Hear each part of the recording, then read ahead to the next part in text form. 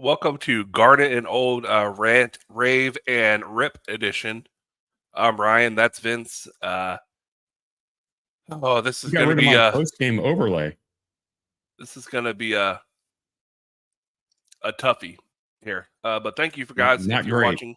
watching live, hit the like, subscribe, and hit the join button. Because listen, sometimes. Thank you, everybody. This is Garnet and Old. I'm feeling much older right now, live from the Captain Black's Fishing Studios. Yeah, sometimes negativity can drive content numbers, but it's not what I want. It's not what I like. No. So, Vince, you want me to kick it off? I'm going to go on a little bit of a diatribe. Well, yeah. I mean, we got to get into it. I do have some positives we're going to talk about today, too. We'll save that for the second half. We'll wrap it up with the positives. All right. It sounds good. I thought about this because I wanted to give it a day, right? You never want to. I don't like. That's why I like doing the post game the day after. Yeah, logistically, it's better too to do it the day after, just from being at the game. It's kind of difficult to do, but it also gives you a chance and me a chance to kind of digest some stuff. Mm-hmm. The unfortunate thing is, Vince, after digesting, I have indigestion, and you have agita. I have agita, and this is not talent-wise. This is the worst FSU team I've ever seen put out in the field overall. I had a similar conversation yesterday with someone. This is worse than Drew Weatherford led Florida State 2006. This is worse than 2019 Willie Taggart.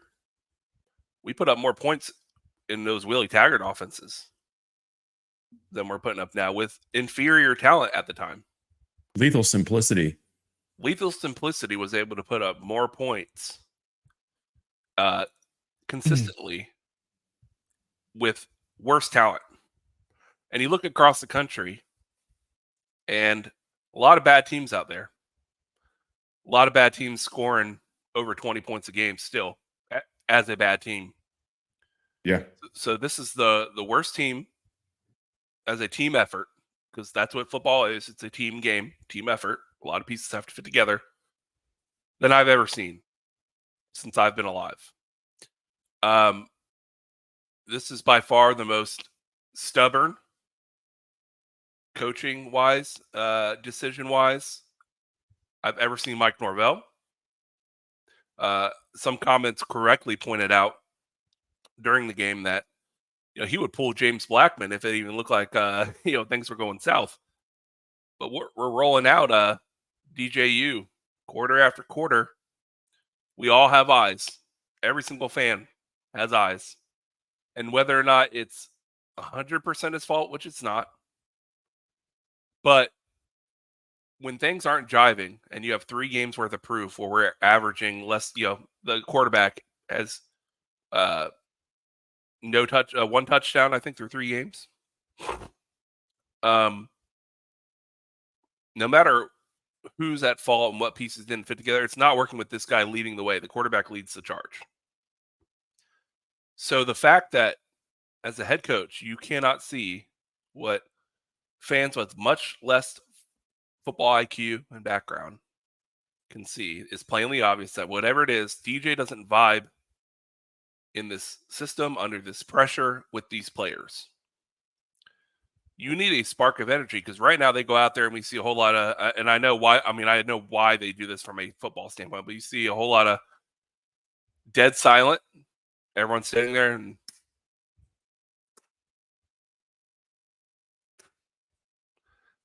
no energy, no, hey guys, come on, we got this. Let's go, man. Let's go. Even if you're not good enough, let's go. James Blackman, to go take it back to the Willie Taggart years and the early days of Norvell, at least when he had a positive play, man, he was like, come on, let's go. And he was, you know, getting guys at least to believe that they might have a chance to win. You know, maybe Naquan Murray pulls out a touchdown against Louisville at the end, which but Another little bit. it's absolutely dead silent, no emotion from any of the offensive players. Now, the only good news on here, when we'll get to this later, is the defense. I think Vincent, I can. There's some standouts on there, but as a whole, the worst start I've ever seen, the worst Florida State product I've ever seen on the field, and the most stubborn coaching decisions I've ever seen. So, Vince, I texted you, what, 3 hours ago? Yeah. I was asked, this is the last thing I'll say, and I'll let you go. I was asked over the last 2 weeks, in which I kind of rolled my eyes at when I got the message, DM and X, from a fellow podcaster that we've done shows with. Hey, what would it take? Is Norvell in the hot seat?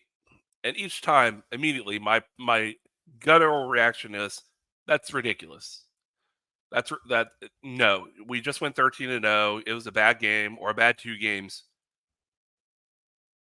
It has slid, Vince, from a 0% chance to a 4% chance or a 5% chance in my mind. I'm not saying now that's a 0% chance. What I'm saying is you could game out a scenario in which case maybe you have 2 wins at the end of the season, in which an undefeated coach the year prior could get fired, because 2 wins would be so bad, because there's levels to this, right? 6 wins, you can't, man, that can't happen at Florida State, but you just went 13-0. We got you. 7 or 8 wins, disappointment, man. Let's go get it next year. You go out there and you win 1 or 2 games. Not saying that will happen. I don't care who the coach is and what they did the prior year or prior couple of years. You go screwing around at that 1 or 2 win range potential, and you're going to have some people calling for it, for sure. So it moved from it's impossible, that's the dumbest thing I ever heard, don't even message me that, to I did one of these faces. Could I game it out? I could. So Vince, I'll let you go.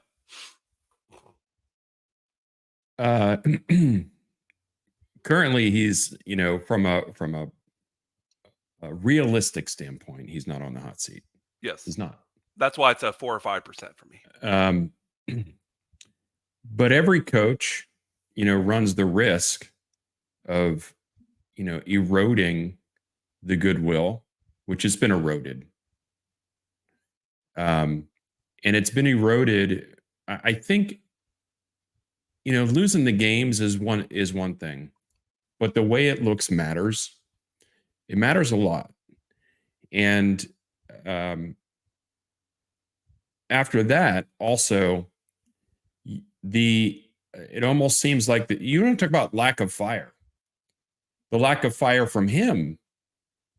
If you recall the 0-4 start, which I know we all do, like that press conference was, it gave people some hope, about, what was about to happen, or at least there was some energy behind making a change. That press conference yesterday might as well have been Eeyore-esque.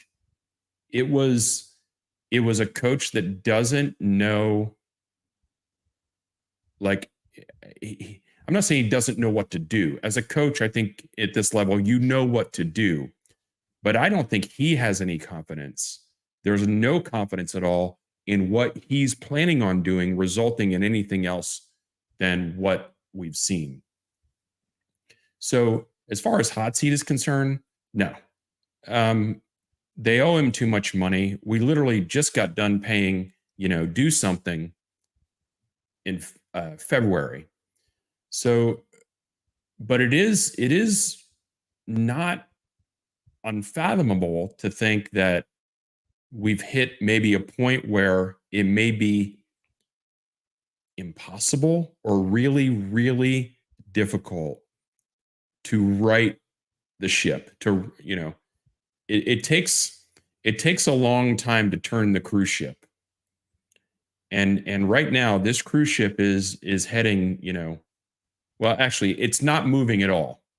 So it's not really heading in a direction. It's really just taking on water. Mm-hmm.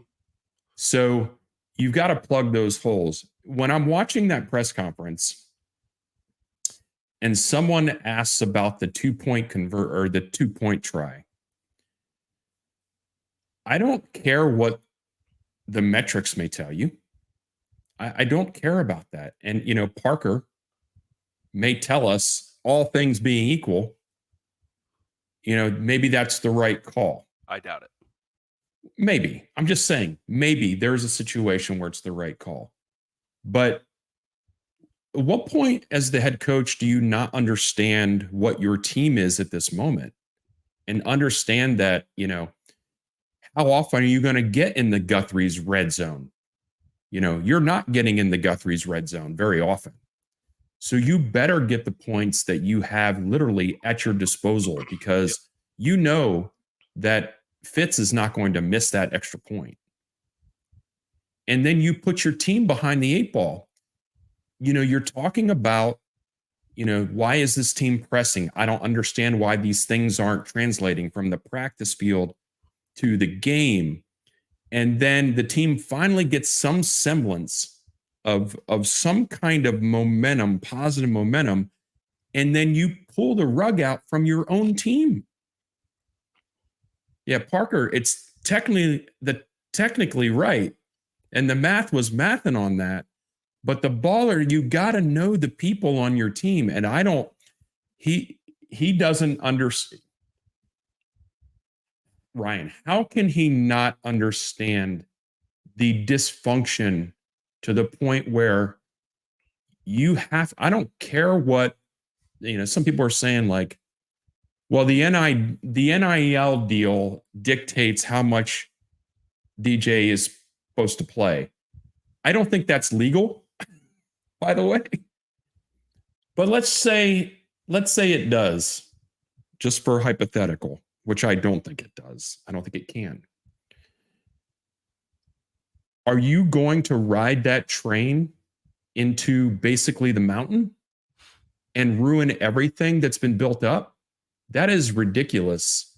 And that is someone that does not understand the ramifications. You are the head guy. You're making how much money does he make a year? 10 million? Yeah, almost, yeah. And you don't have it within you to make a decision. I've got a big problem with that. And then not just about players, Ryan. It's about staff too. Mm-hmm. I think Lori, who's a member, summed it up right. The optics of his pride creating a situation of him standing in his own way. Just that alone, that little piece alone. So what's odd about this is early in Mike Norvell being here, he was willing to do almost anything. He played anyone in any kind of role just to try to win a game. Even you look at the ACC championship last year, running the Wildcat. You know, hey, guess what? When Willie knew that he was cooked and he knew the only good player on that whole team was Cam Akers, guess what he did? Cam Akers ride the train. Yeah, he gave Cam Akers almost every snap, it felt like, and they still came up short, but they were scoring some points behind Cam Akers. You know, future probably NFL Hall of Famer at some point. Cam Akers, who's tearing it up every year in the league. So here, the problem is I think the 13-0 almost feels to me like Vince.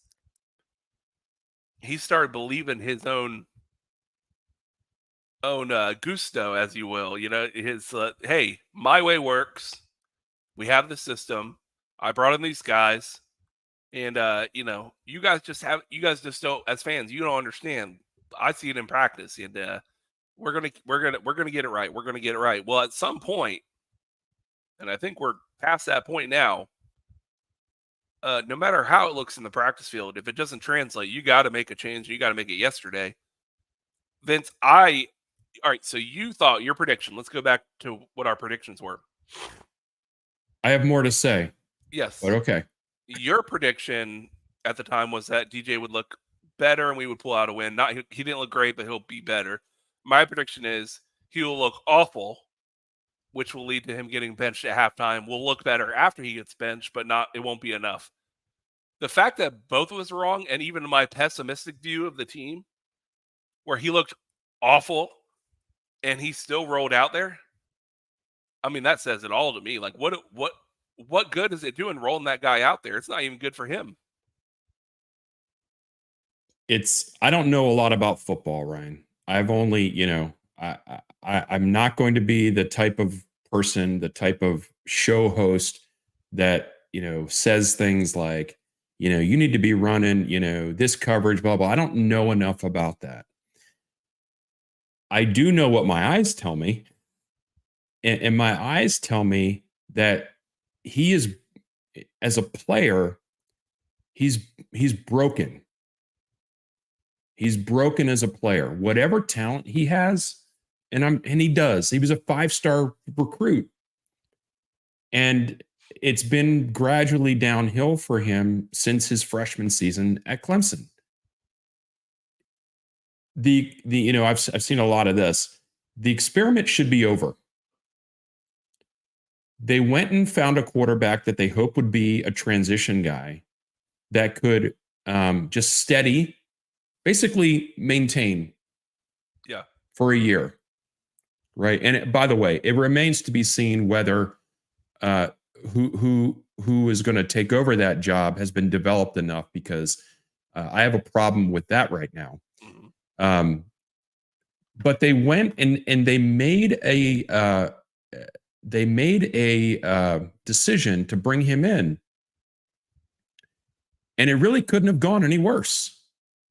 So this causes, this causes me to question more things than I should be questioning, right?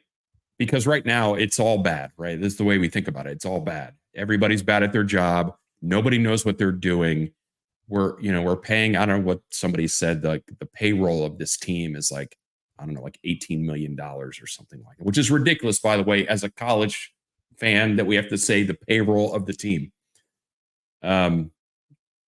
There were a lot of decisions made on building this team the way they built it, and it's not even watchable. It's not even watchable. We went through all of last season, or all of the off season, with the avenues that get access to practice, and with the coaches themselves talking about, this is the fastest team we've ever had, and this is the strongest team we've ever had since he's been here, and this is the most depth we've ever had, right? And so, when I'm making a pizza, I may have some pepperoni, and I've got some cheese, I've got some Italian sausage, never pineapple, by the way, never pineapple. And I may have all these ingredients, and they may be the best ingredients, the best ingredients you've ever seen. But if I don't know how to put the pizza together, and those flavors don't mix right, like throwing a piece of pineapple on there, it's not going to work, and it's not working. So, this is what I'm saying. Like, it causes me to question. So, Ryan, let me dive into something else here real quick. If you've been watching Garnet and Old for any length of time, I think that you would know that Ryan and I have never been team transfer portal or team high school recruiting, or one is better than the other, or anything like that. Ryan and I have both been on the side of, you have to take year by year and figure out what you need to make you the best you can possibly be for that particular year. But there will never be a substitute for high school recruiting. Never. We've got a problem, and we've known Ryan has known this. I've known this. We've not said we haven't had. We've said the high school recruiting has to be better. The fact that Mike Norvell doesn't feel like he can pull the trigger to get DJ out of there and bring someone else in, you're basically telling on yourself. Yeah. You're telling on yourself. Yeah, if you think that with what your eyes see and what DJ has been, if you think what you have on your bench, which are a lot of quarterbacks, very high ranked quarterbacks out of high school, are not better than that, first of all, it's damning for you as a coach if you don't feel like you've developed them enough. I mean, for God's sakes, one of the guys on the bench, even if he didn't play great, has game experience in the ACC championship and in the Georgia game. Even though we were severely outmatched in that game. So, what about DJ? Is it just, hey, we spent money on this guy, let's invest? I don't know, but it feels like now with this in context, because before this, you could say, well, how can we possibly question how they're doing it? We just went 13-0, and before that, had a 10-win season. So we were kind of like, whether or not I agreed or disagreed with certain decisions or how they're doing the recruiting, or it didn't matter, because at the end of the day, I'm like, hey man, apparently whatever it is, the combination has worked. So I would say that let's keep doing that because that's worked. Sure. But you can't still say that after what you've just seen for the last 3 games. So reevaluating now and putting on like these 3 games in context of his tenure at Florida State, guys, he's been here this is his 5th year. Year 5. Look at what we're watching in year 5. So this is an important point. Jordan Travis is already on the team when he gets here. Jordan Travis develops into what he ended up becoming, which is now on an NFL roster. That's great. Looks like he figured it out. We hit, cherry bomb. We hit straight jackpot on a couple other guys, Jared Verse, Keon Coleman, Johnny Wilson. And we're like, okay, it's possible that those guys were just the rarity and not the norm. What's going to be the norm? They were special. So in 5 years of Mike Norvell recruiting and developing quarterbacks, there hasn't been one other success story. Just James Blackman, not better under Mike Norvell. Mackenzie Milton decision, awful. Awful decision. Like, bad for Mackenzie, bad for the team, and the fact that he was rolling that guy out there, couldn't even walk. It felt on like one leg. You lose Tate Rodemaker, which you would love to have him right now. Craziness, right? So, other than Jordan Travis already being on your roster and being a special player and personality and who he is at the core of him,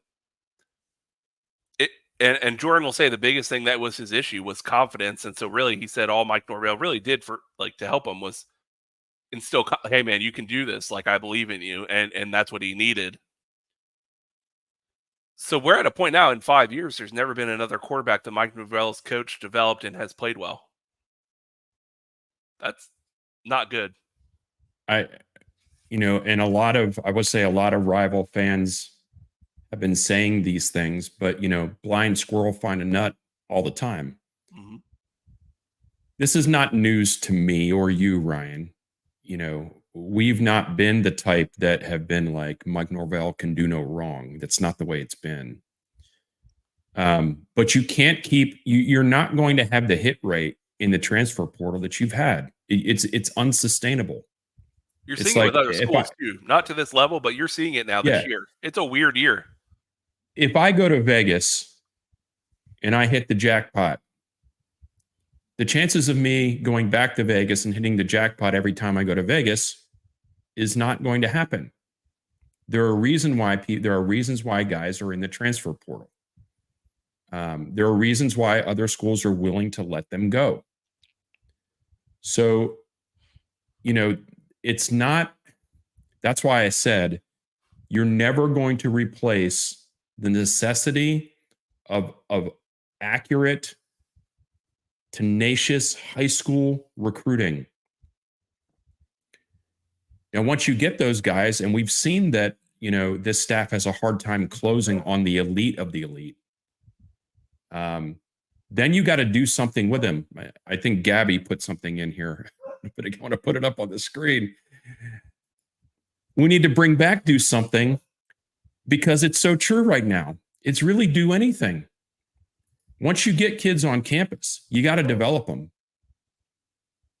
You're telling me that Brock Glenn is not ready? Hey, we're losing games we're losing them anyway, Ryan. There is no, what are the goals of this season now? The only goals left are to beat your in-state rivals. Well, I mean, I think you can have a goal to make a bowl game. You can. And it hurts me. It hurts hurts my Garnet heart to say those words. But that is a goal. And it's possible. Right now, I mean, we're not winning any games. It doesn't look like they're even practicing. That's how bad it looks. Yeah. So what is the problem? Is Brock Glenn that bad that you cannot? Charlie Ward got sat down. One of the greatest players to ever wear the garnet and gold got benched. I don't understand. And if that is a stubbornness, if that is a, pride thing or whatever it is, I mean, you don't have anything to lose at this point. Mm-hmm. You do now, which is recruits. Well, they're already losing those. Yeah. So I mean, Brock Glenn goes out. Let's say Brock Glenn goes out and is terrible. All right. How is it any different than what we're seeing right now? Yeah. Try it out. It's no different. I'm gonna use your pizza example. Man, that recipe, whatever I did, it sucked. I don't know if this other flour will make it stay together better, but I can either try the same recipe again and again and again, and maybe they will come out different. Or hey, why don't I just you know what? Maybe I didn't buy the right kind of flour. It could be terrible. It could be worse. I don't know, but at least then I'll know it's not the flour, because I refuse to believe, and I actually want to bring this up because I brought this up 3 weeks ago. South Georgia Noel writes, I was screaming for Jordan Travis behind Blackman and Milton. His legs gave us a shot behind a terrible O line. Give Jackson, being Jackson. Yep, on our quarterback room. Listen, if you want to make the argument, you don't want to ruin a guy like Brock Glenn or Luke because it's already a lost season. If you want to get real crazy with this and just be like, all right, you know what? We can't block for whatever reason. We can't run the ball for whatever reason. So we have to change the equation. And when you change the equation in college, it means adding an additional threat of the run from the quarterback position. That's what it does. It changes the math. When a team's about to bring pressure and they know a quarterback can run, they know, okay, we better be a little bit more careful here. Because right now, DJ just stands there, sometimes with actually decent protection, and just accepts that he's going to get sacked. He's just like, oh, okay. It reminds me, Vince, have you ever seen like Austin Powers Goldmember, the third movie? Mm-hmm. It's when Nigel's like karate chopping everyone and the other guy walks up and he's like, why don't you just go ahead and lay down? Right. That's DJ yesterday. About 3 times I counted, because there's a couple times where guys were turned loose and not even Jordan Travis would probably been able to get out of there. But I counted, Vince, 3 sacks where he literally had 2 check, where he read the first, you could tell he looked over here, looked over there, and then went down. Okay. I can't. I don't even want to put a stopwatch on him. I can literally see him going through progressions. Mm-hmm. And then like that's how slow it is. Yeah. And then in that last drive of the game, how can you be? And again, we're really getting on this kid. I don't It mind. ain't He just gets paid him. $800K. I know it ain't just him though. You're a Okay. paid employee And now. I I can rip you all understand day. that. I understand that. But you are the starting quarterback for Florida State University. You're going to get the bad when things aren't going well. And by the way, why is he not in the press conference? That's another thought.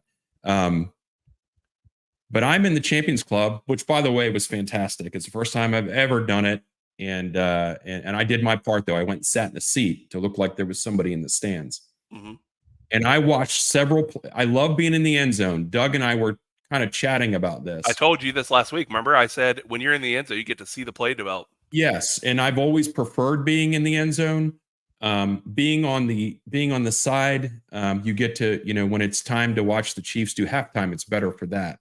But being in the Chiefs, we were always in the end zone, and you get a chance to see routes, and you get a chance to see depth of routes, and you get a chance to see, holes open up. There were 3 particular plays where it was probably DJ's second read, maybe, where Morlock is just, there's no one around him, probably 18 yards downfield in the middle of the field. And just, I mean, I'm jumping out of my seat going, he's right there. And whether he catches it or not, I don't know. That's a Well, that's a confidence thing, and when the quarterback plays bad, everyone's not confident, and I mean it's a cancer. But you have to make that throw. Yeah. And what does he do? He checks down to somebody in the flat that's got no blockers in front of him, and that happened at least 3 times during the game. And like I said, I'm not a football guru. I don't necessarily always know who's someone's first and second and third read and whatever, but I'll tell you what I do know. If I was 6'2" or however tall he is, and I could see over my line, and I can see my tight end that's also over 6 feet, well over 6 feet tall, there's no chance I'm missing him. And Jeffrey in the chat, just to comment, Jeffrey wrote that he needs protection. We're not saying that he has great protection, but I'm telling you, watching both, I watched it again this morning. I watched, unfortunately, an abridged version this morning. Multiple times. He had 4 to 5 seconds in the pocket, and you can see him going 1, 2, 3 with his eyes and eating a sack or getting immediately pressured and throwing it away. It's for him, it's not a, man, the second I snap it, I'm on the ground. It's he doesn't process whatever's going on upstairs. He doesn't process it, and he doesn't react to it. He is in his own head when it comes to reading defenses and finding out. Because Vince, I texted you on this one play. It was an RPO. You had it looked like kind of like 2 wide receivers to their right, and then just a simple RPO. You're either gonna give or it's gonna be a wide receiver screen. I run this in the freaking video game. They start the play, press coverage. The second when I'm playing the video game and I see press on a wide receiver screen, I immediately go, I'm going to give or I'm going to check out of this play because there's not going to be enough space for those guys to work. Now, sometimes you put trips over there. 2 guys are pressed, one's playing off, and you can play with that a little bit and kind of, but specific, Vince, on this play, what's funny is there was very little pressure up the middle for the run, and he checks to the wide receiver screen, and it gets blown up like this. As the ball's in the air, I'm like, it's going to get picked. I'm thinking it's about to get picked off. Yeah, I remember the play. I'm like, what is wrong? Like, what are you seeing? Because you're not seeing what someone who has some football knowledge but has never, like, I'm not coach. What are you seeing? And when Mike Norvell watches the tape of him do this every week, what is Mike seeing that says, you know what? Why would I put Brock out there? Look at this guy. Look at this guy, DJ. He's out here balling. Yeah, I don't get it. What are we doing? And so at this point, Vince, I am 100% all chips in. I don't care who you put in there. Put someone else in there. I am 100% chips in. Major overhaul on assistant coaches. Give some recruiters some. I'm telling you, back in the day, Jimbo, Damian Craig couldn't coach to save his life, but he was out there killing it on the road, sniping 5 stars left and right. You need at least one of those guys. We don't have one, really. You don't have one good recruiter. Mike's the Well, best. no, we've got a couple of guys that are okay at it. I'm talking elite. No, we don't have any elite recruiters. And you're in Florida. And right now, if we were operating the way we should, Florida's about ready to fire their coach. Yep. All those recruits, if we were doing what we're supposed to be doing, even if we are 2-1 right now, Vince, let's say we lost to Georgia Tech in Ireland, but then we won the next 2, even if it was ugly, we would be like, man, salivating. I can't wait for them to fire Billy Napier because we're going to get we're not now. Miami's going to get a ton of it. This Coach Norvell and the staff they have squandered their lead. They have allowed Miami to get back in the game. And you're always going to have some cycles, within it in general. You just are. But, Miami spent a ton of money for this team that they have. Good for them. I'm not saying that they're going to end up with anything other than they've ever had in the last 20 plus years, because until they show me they can do it, I won't believe it. Yeah. Right. But right now, they've relinquished the momentum in this state. Miami passes the eye test when you watch them too. Oh yeah. I mean, they confident for days. Yes, they're confident. And really the only thing that's going to derail them is their staff, their coaching. Yeah. And there is some history on that happening.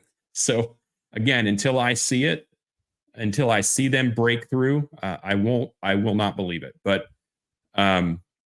so they've squandered the lead that they had to the point where, like you said, the Gators are going to fire their coach. We knew that was coming anyway this season. Yeah, there was no way they were not going to fire him. Yeah, it was how many losses till? It's going to be win. And so now you've got new car smell in Gainesville at some point when that happens.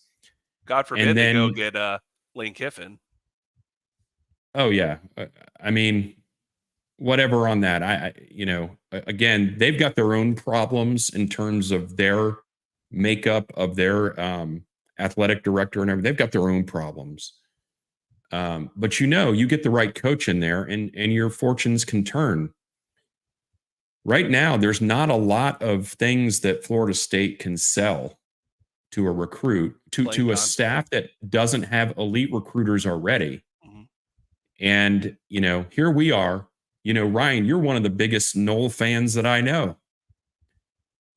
I am one of the most positive, I think, Nole fans, just because, the age that I'm at, the wisdom of years, I don't get too high and too low. I have a hard time without wholesale changes figuring out how this season's going to be anything other than, 2-10. Yeah. Right. It's really tough. It's really tough to find your way out of that because there's been no, people say, there's a light at the end of the tunnel. Right now, that light is the train, right? That's coming toward you. And until I see anything from the staff in terms of shaking something up, I'm going to go into every game expecting what we've seen, which is, when's the shoe going to drop? Yep. I'm telling you, Vince, there's not a 0% chance if they went 2-10 that Mike's still here. There's not a 0% chance that doesn't happen. Well, somebody said you can't keep throwing bad money at bad money. So yes, at some point, like Florida's making a decision here that's going to be like, hey, it's too expensive to not let him go. Yeah. Right. Because right now, with all that we're trying to do renovations, we're trying to join a new conference. That's a lot of money. And right now, Vince, I'm not going to the game next weekend. No, I know you're not. And then we need to talk about that. But I'm not saying Norvell's on the hot seat. Not what I'm saying at all. But I am saying that there is a definite path where if changes aren't made, then you're basically making your own bed. And there's nothing, it's like nothing we can do to help you. It's like you're seeing the same thing we're seeing. Okay, so here you go also. I'm not in the coaches' rooms, right? I'm not watching film with the coaches. I'm not seeing every possible error that everybody's making on every play. But what I do know is that the DJ experiment should be over. For nothing else than to have a little bit of spark on this team. Because, again, if you can sit an eventual Heisman Trophy winner for not doing what he should be doing, how dare you keep running him out there? Yeah, it's not good for DJ either. I mean, clearly the guy's got confidence issues. It's not like that's going to make him feel any better about his because his NFL future's done. I mean, I mean, he's staring right now straight in the face of I'm done with football after this year, which is a tough thing for the kid. But listen, hey, if you what about NFL Marvin is Jones tougher, Jr.? Huh? What about Marvin Jones Jr.? What about Patrick Payton? Yeah. What about all these guys that, they built this team? These are the people they wanted. Yeah. And some of them these are the wild. People that these are the people they wanted and they brought in. And so the decision making, the evaluation of talent, not great. Yeah. It's not great. I'm very interested to see what we hear on the opening week press conference. I would be shocked. Vince, would you be shocked to see because we're going to know real quick who's starting next week because before Mike releases a depth chart or anything. I mean, you're going to see on the practice fields who's getting the majority of the reps. Is there any way he rolls? What's the percentage chance that he rolls DJ out there after what you've seen? 50? I think there's an 80% chance DJ plays. Which is insane. It's ridiculous. Yeah. So I think I got everything off my chest. I want to get off my chest about this team. I mean, that's a 45-minute first for Garnet of just ranting and raving. Well, I mean, and the problem is there's just not, I wish I could look at it and say, yeah, okay, so the defense has played a little better. They still miscommunicated a ton yesterday. They got lucky on several wide open guys that did not catch the ball. Right. And all a team with an offensive pulse has to do is line someone up with any ability against the linebacking core. So, but they have played better. And I submit, Ryan, that they've played well enough for us to win that game. Oh, for sure. The defense did. Yeah, 100%. I mean, 20 points is 20 points. 20 points is not a lot. Yeah. I mean, we can't get there. Yeah. But 20 points is not a lot. They played well enough to win that game. I think Memphis scored 13 points off of turnovers. Yep. And, Mike making the decision to try to go for two inexplicably, regardless of what the analytics say. Yeah. There is just so yes. So the defense is a little bit better. Of course, the kicking game is, incredible. Yeah. The best thing.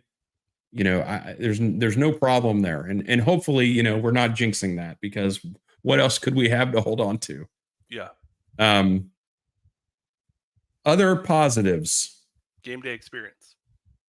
The game, yes, but back to the team. I'll get to that. We'll back save to the that for team. Garnet old show. There's been, I think I saw some clips somebody put of Lolo Hea Yeah. playing really well, actually. Cam Davis looked pretty good. Yeah. But we're struggling to find things to talk positively about in terms of like the team. And again, I've got a solution for the one coach thing. looks lost.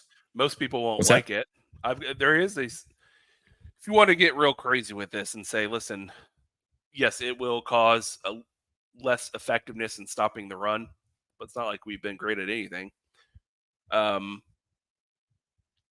would consider, if I was Mike Norvell, take out the linebackers and put some DBs. You got a plethora of corners out there. Put speed on the field. 4 down linemen. Say, hey, you guys are stopping the run. They're not going to kill us in coverage. I would do that right now with how much I've seen exploited our linebackers. I would put, a 3-3-5 out there or something like that. Yeah, I don't know. It's tough to change. I would say it's tough to change a team's identity. I don't know that we have one. There is not. Yeah. But they've been, whatever they plan to do this season is not working. It didn't help, by the way, that Shaheem Brown didn't play. Like that didn't help. And there's a lot of course, a lot of speculation out there. People making up stuff now about the team, I believe, because they're just so angry about it all. Just be careful what you kind of latch onto out there, because there's a lot of weird things being talked about out there. And I don't want to give it too much credence just because, social media kind of is what it is. The game day experience, Ryan, was worlds better. And I, again, I've got a pretty good post out there that's doing well. Again, I've had 2 weeks in a row. I've got one out there that's hit 10,000 views. Again, it's rare for me to get that. And I basically posted just a complete 180 from what we experienced as far as game day experience last week compared to this week, or the last game compared to this game.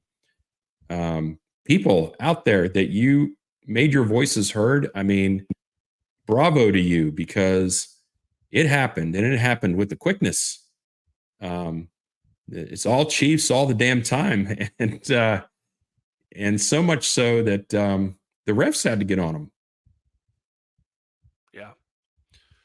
The refs called them out. What's funny is I wasn't even there. You could hear the war chant loud and proud on the broadcast, and you didn't hear a whole lot of "stand up and shout" or anything in the back. Like so, it was nice. I appreciated it, and I'm glad you got to experience the Champions Club, because it is lovely up there. It was fun. It was fun. Had a few drinks, hung out with Doug, my wife Shannon, and had great seats. The weather was pretty decent. The food, a lot of food options up there. Pretty good crowd of people up there. And it's something that if you haven't done it before, you should give it a try. It's definitely worth it to give it a try. And you can you may be able to find some decent tickets to go in the Champions Club this season. Yeah. So, one DJ has been fired. No longer, we're no longer rolling the stadium DJ out. Yeah. So one to go. What's another DJ? Yeah. We got to do something different. And I hope that they do. Hope they do something different. Do something. Do anything. I don't have a lot of confidence right now in it, though. Like I said, I think you're still going to, unfortunately, I think it's going to get a little worse before it gets better. And, that part to me is like kind of like a stubbornness thing. And it's unfortunate, because all the goodwill is gone, and here we are. I think that's a good place to end it. I was gonna upload a fire alarm sound. Yeah, perfect. To end the conference, but we'll save other conversations around the game and talk about the exciting pregame upcoming primetime game against Cal next week. But we will have our show this Thursday at 7 and talk about whatever there is to talk about coming up. Yeah, I'm hoping. I'm hoping we have some things that come out this week that give us a little more. You would hope a little more positivity, and I'm seeing some stuff here in the chat from some trolling and whatever. Bring it on. Yeah, bring on the trolling. Yeah, I will say skin. one last thing. FY events, loving this CBS. Download the CBS app on your Apple TV or a streaming device because their pregame show, their 3-hour pregame show is it's good stuff. Primo. I mean, you got Danny Cannell on there. You got what's his name from 247? I forget his name. Joel Platt or whatever. Joel Klatt. Yeah. It's a good lineup. Ryan is trying to bail on this team, and I don't think you should let him. People in the chat, you should make sure that Ryan doesn't fall off the deep end, and he's already stated that he's not going to the game this week. It's more of a financial thing, but no, I get it. But you need to get some pressure. You need to get some pressure on you because Garnet and Old needs to be in full effect. The choice was, with the discussion with the wife, was Clemson or Cal. Oh, okay, I got you. Yeah. And Clemson, and we're going to bring other people with us to Clemson, and we're going to do the whole big 3-day stay up in Tallahassee. So we're had to put a lot of eggs in that basket, and I think that's the right move to be there for maybe the only big game maybe we even have left at this point at home. So who thought we would we would get to Clemson and not have GJU Clemson? That's hilarious. That's all I got, Vince. Anything else you want to say aside from screw ESPN eternally? Yeah, screw ESPN eternally. Hopefully everybody enjoyed the Skull session that I streamed. I know the mic wasn't great, but kind of is what it is at that point. And we're going to continue to do that, to stream the Skull session because send Chiefs all the damn time. Yeah, go watch some NFL, guys. Pick your NFL team to make up for the Noles suck. But go Noles anyways. We'll see you guys on Thursday at 7. Go Noles.